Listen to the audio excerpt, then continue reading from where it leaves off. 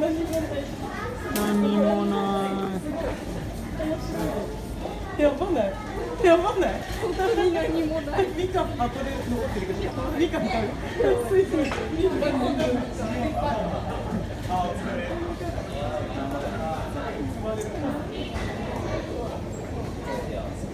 もう最悪の顔にしてから肉持ってくよ。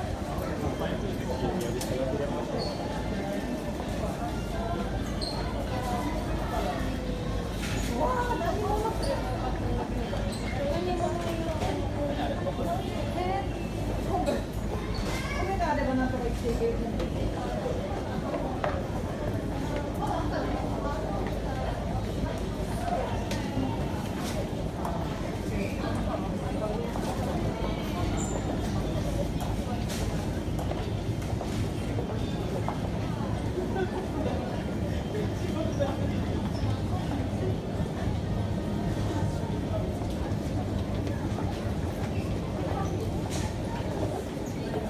な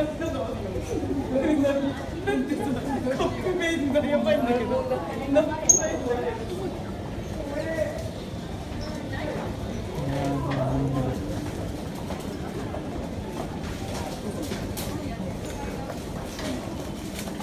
もう何もない。